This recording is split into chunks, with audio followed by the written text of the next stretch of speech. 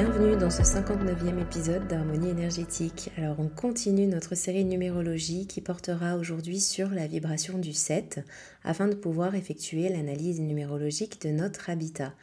On va donc partir du principe, comme d'habitude, que tout a une vibration, que ce soit les objets, les personnes, les mots et aussi les nombres. Et en interprétant votre adresse par le biais d'une analyse numérologique, on va pouvoir obtenir des informations sur les tendances dans votre lieu de vie, dans votre habitat.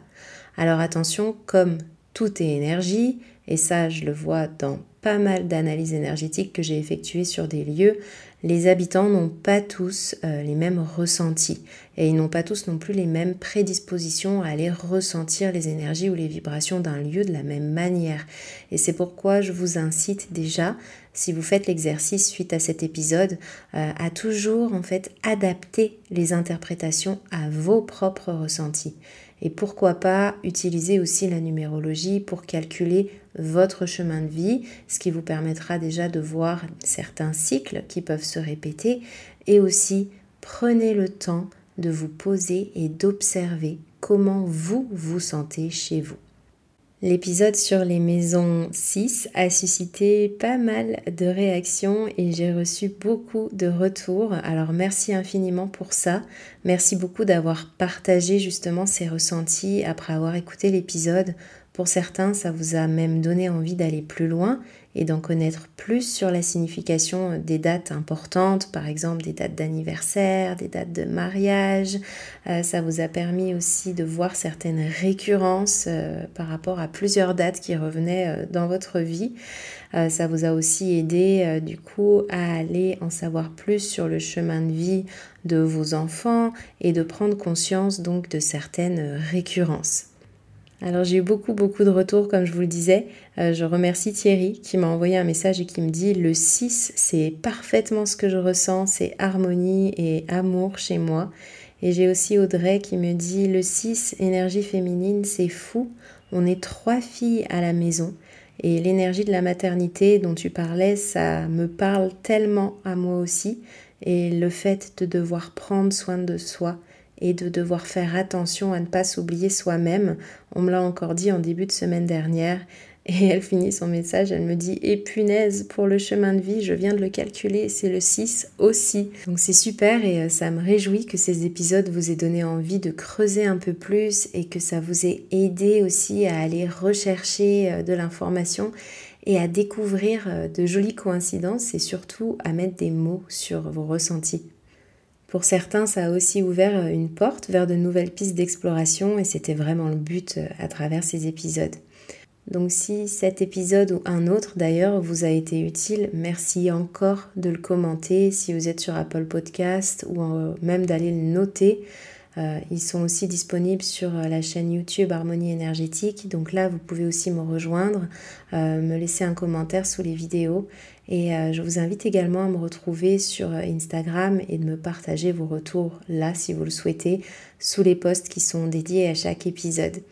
C'est vraiment grâce à vos messages que le podcast existe, qu'il perdure.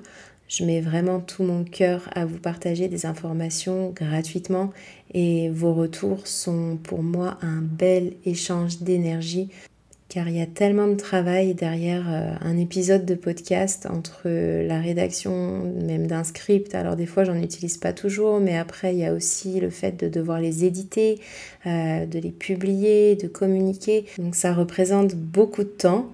Et pour moi, c'était important de vous partager ça, de vous partager le fait que vos retours, c'est vraiment une monnaie d'échange qui est très précieuse à mes yeux. Donc, merci encore. Tout à l'heure, je vous disais que le fait de garder ce qui vous parle dans cet épisode, c'est important parce que comme je l'ai déjà mentionné, les informations que je vous donne ici dans ce podcast, elles ne peuvent être que générales. Je ne peux pas les adapter. Ce serait vraiment pas possible en fait de pouvoir les adapter à chaque personne en fonction des problématiques que vous rencontrez ou juste de comment vous vous sentez, même si c'est un bien-être en général. Donc pour les adapter à vos propres besoins, il faudra déjà aller identifier ces besoins-là.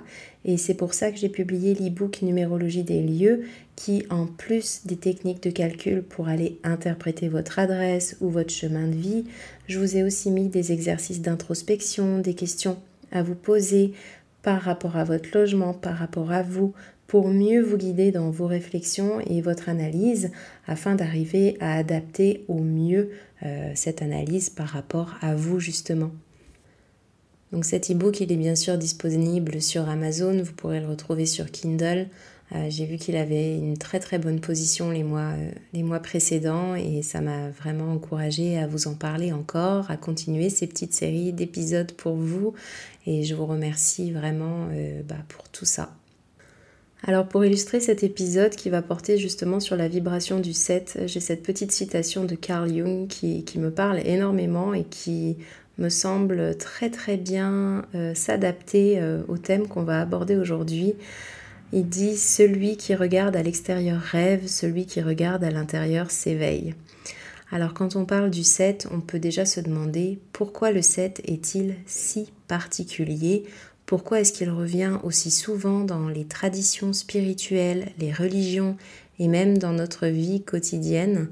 Donc on va découvrir ensemble sa symbolique, ses influences aussi dans le tarot de Marseille, en astrologie et bien sûr en numérologie et voir comment il peut nous guider aussi dans notre cheminement personnel.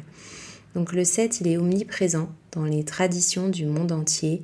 On a 7 jours de la semaine, 7 couleurs de l'arc-en-ciel, 7 notes de musique, 7 chakras principaux, même s'il y a plus que 7 chakras, mais on parle souvent des 7 premiers.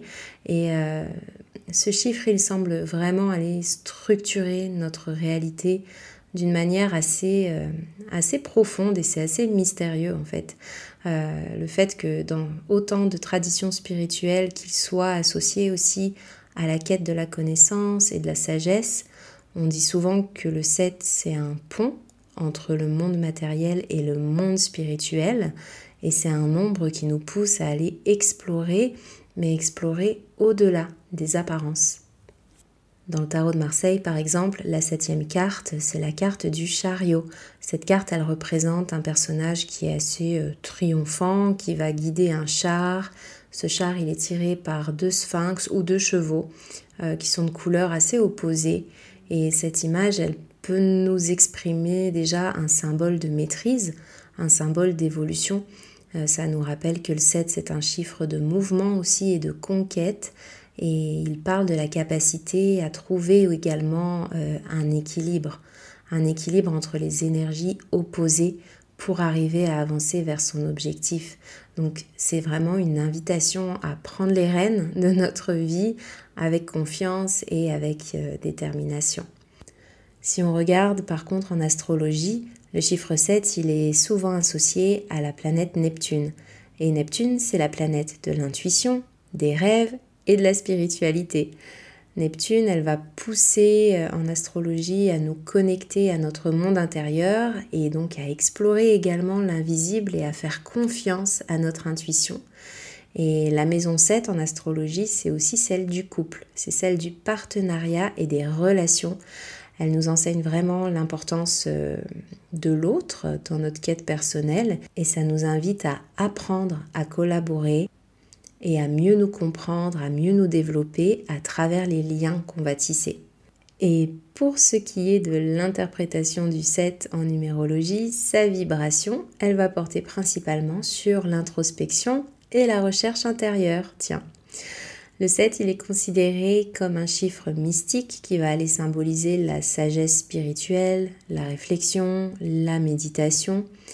Donc si vous vivez dans une maison qui va porter ce numéro, vous allez être porté à évoluer dans un espace justement de réflexion ou un espace de méditation. Cette vibration, elle encourage l'intuition et l'affinement des pensées. Donc c'est un lieu qui semble idéal pour ceux qui cherchent à approfondir leur connaissance d'eux-mêmes ou leur connaissance du monde subtil. Par contre, on a toujours une forme de dualité où on va dire des pour et des contre.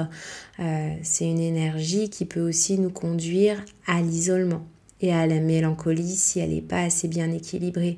Si on cherche trop à être dans le spirituel, on peut aussi se désancrer, on peut aussi un peu perdre pied avec cette réalité.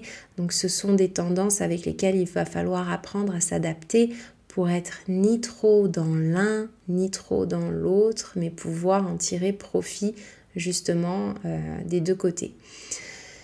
Les habitants d'une maison 7, ils vont être du coup invités à trouver ce juste milieu entre introspection et vie sociale.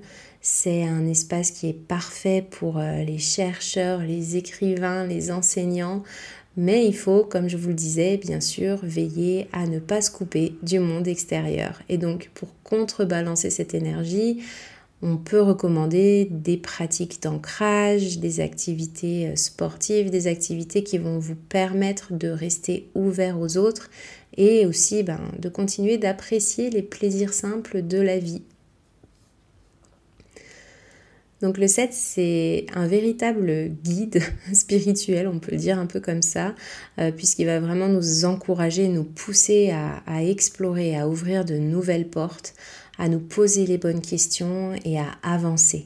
Avancer avec confiance, que ce soit à travers la maîtrise du chariot, comme on le voyait dans le tarot, ou sa vibration introspective en numérologie.